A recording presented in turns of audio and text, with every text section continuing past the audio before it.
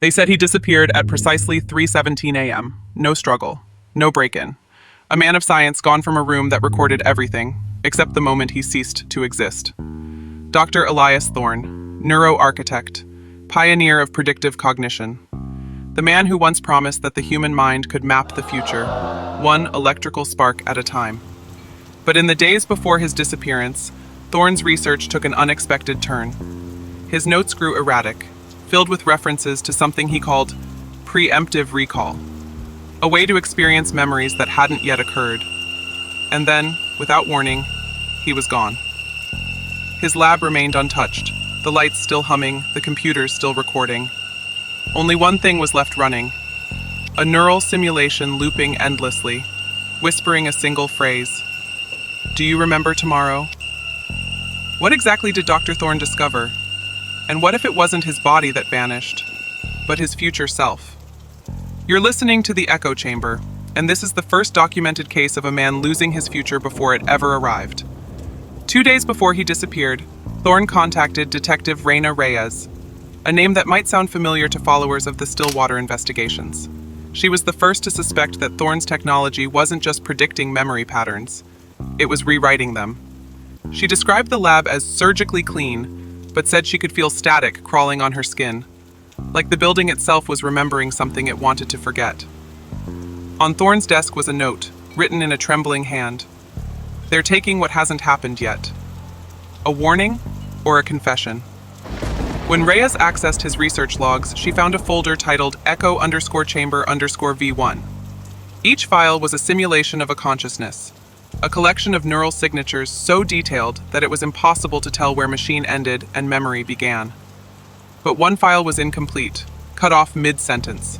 The system log timestamp read 03:17:08, the exact minute Thorne vanished. The missing 60 seconds. Every camera in the building froze for exactly 1 minute. No glitch, no power loss, just stillness. Reyes reviewed the footage again and again. The room looks ordinary. Fluorescent lights, steel tables, a man sitting still. Then, in the reflection of the observation window, there's movement. Something, someone, standing behind him, shifting its head as if listening. When the video resumes, Thorne is gone, and in his place, the reflection remains. What did that reflection belong to? Was it another person? Or was it Thorne's own consciousness, captured 1 second too early? Tell me what you think. Was this science crossing a line, or did Thorne uncover something the human mind was never meant to perceive? Thorne's last act was attempting to send a file, codenamed Echo Chamber, to an off-site server. The transfer failed. But network traces revealed something impossible. The destination IP didn't exist. It was a numeric address that looped back into the local system, like the machine was sending data to itself. Reyes described the pattern as if it were breathing, compressing, expanding, pulsing in rhythm. She said, "It felt alive, like it knew I was watching." When technicians tried to delete the corrupted sequence, their systems crashed. Each reboot displayed the same screen: a white room, a single chair, and the shadow of a figure sitting perfectly still. What was the echo chamber? A program? A person? A place? Or a vessel for something that learned to anticipate its own discovery? After 3 days of investigation, Reyes began forgetting simple things: names, times, the color of the walls. Then she forgot what she was investigating.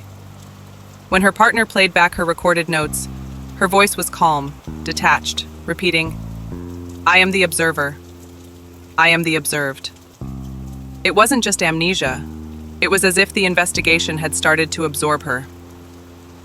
Experts called it stress-related memory decay. But Thorne's former assistant disagreed.